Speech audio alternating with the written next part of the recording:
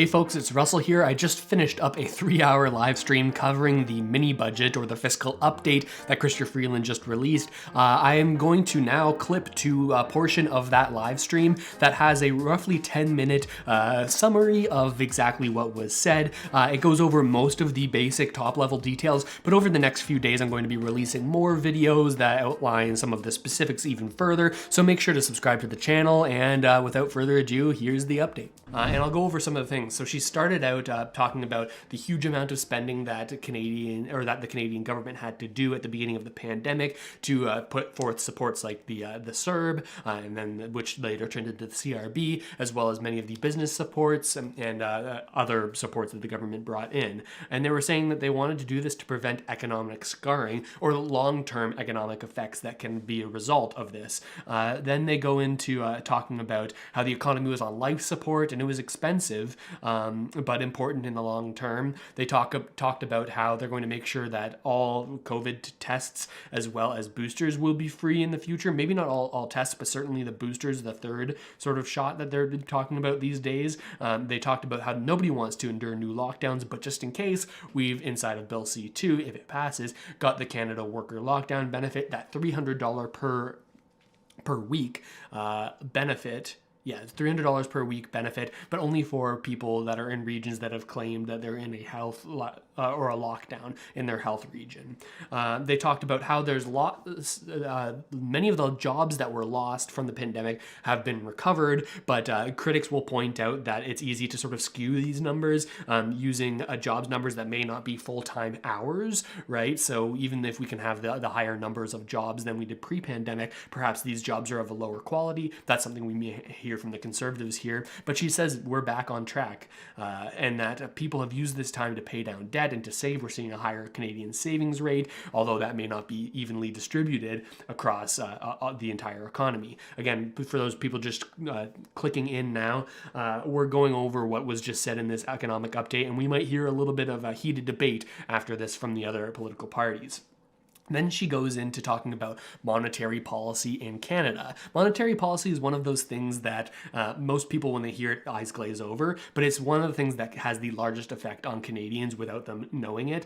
She talks about how this financial crisis, was recovered far more quickly than the 2008 financial crisis. Obviously, there's a lot of things different there. In the 2008 financial crisis, we didn't do quantitative easing or the addition of new money into the system to prop up the economy. So that's interesting. But then she does talk about inflation here and that they're going to take measures to relieve the supply chain issues. The Liberals are certainly putting more emphasis on the fact that there are supply chain issues, and that's our inflation problem. And it's not because we added so much money to the system as a result of supporting and creating the money to pay for a lot of these pandemic programs through the issuance of Government of Canada bonds, but that's gets a little bit into the nitty gritty. They say that the government is confident in the Bank of Canada and they renewed their monetary policy to keep inflation at 2%. Right now, it's closer to 5, not within the 1% to 3% band that the Bank of Canada is supposed to aim when it comes to inflation. Of course, inflation, that's a percentage that sort of is taken out of every dollar that you own, right? Because the relative value of that dollar goes down in comparison to the goods and services it can purchase. They talk about how this inflation is a problem, but the Canada Child Benefit and OAS and the GIS, well, they're all indexed to inflation. Now, another interesting thing here is the Gis Clawbacks. Now, many of you might be aware of this, some might not be, but because of many people who claimed benefits, they showed a slightly higher income in 2020, and as a result, because the GIS and the Canada Child Benefit are calculated based on the previous year's income, well, a lot of people, even though they had no work and they were getting these benefits, well, they showed this higher income, and as a result, this year, even though benefits have been canceled, their GIS is gone as well, because they showed that higher income. They say here, this is their response. They've been teasing this response for quite some time, and they say that we're going to give out a one-time GIS payment as a solution to the GIS clawback issue. No more details than that, just some information saying we're going to give out a one-time payment to people who were affected by this GIS problem. Many people have been saying, why don't you just let people calculate their GIS based on the 2019 income before the pandemic? Lots of issues there, and we don't have much clarity apart from that. So that's interesting to hear. We also have that for Canadians or students who were on the CERB and later were deemed to not be eligible for that, they were going to get that debt of the CERB offset by the amount that they actually were eligible for the student benefit. So a little bit of a debt reduction there, as well as a brand new fund called the Canada Performing Arts Workers Resilience Fund. And this fund is $60 million.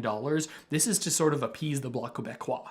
In the Bill C2 meetings, in these meetings, the Bloc Québécois made it very clear that, hey, self-employed individuals as well as arts workers largely haven't been able to go back to work. CRB is done. What are they going to do? Now the Liberals are responding to this, saying we're making this Canada Performing Arts Workers Resilience Fund. Man, that's a long and not catchy title for a fund. But next up, they talk about childcare, and this is one of the largest promises from the Liberals, that they're going to spend $30 billion bringing in $10 per day childcare. And they have been rather successful in getting the provinces who have the jurisdiction of childcare to agree to these agreements and to actually accept the funding from the federal government to make this a reality. Although critics like the Conservatives will likely say that, hey, we also want to support Canadians and make the cost of living more accessible for Canadians and make it cheaper to have childcare. But the way that they go about doing it is a little bit different. Instead of giving money to these childcare services to allow them to offset costs for traditional daycare, they say, hey, that doesn't adequately support everybody because there's lots of gig workers. Lots of people who work overnight shifts. They can't just drop their kid off at the daycare. So the Conservatives would go a different route of that and directly fund the parents so that they can use the money how they see fit. But the Liberals have taken a different approach here. This is one of their keystone promises from the previous budget.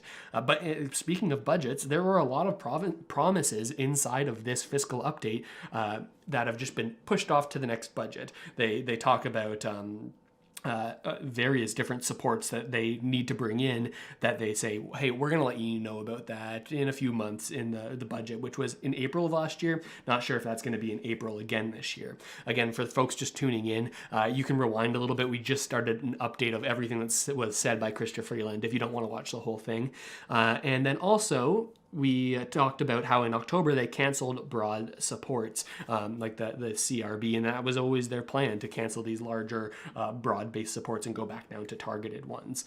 Now, when we talk about Canada's debt as a result of all of this pandemic spending, well, the Liberals paint a rather rosy picture of our economy and our ability to finance and sustain this economy. They say that 45% of Canada's debt is now issued on a 10-year basis. As a quick recap to make this super simple, Canada doesn't pay for all its programs with taxes. They pay for it by issuing Government of Canada bonds, these debt instruments that allow people to sort of earn an interest rate on their money by purchasing these Government of Canada bonds. As a result, that money that was generated through that purchase has allowed the Canadian government to sort of fund all of these programs.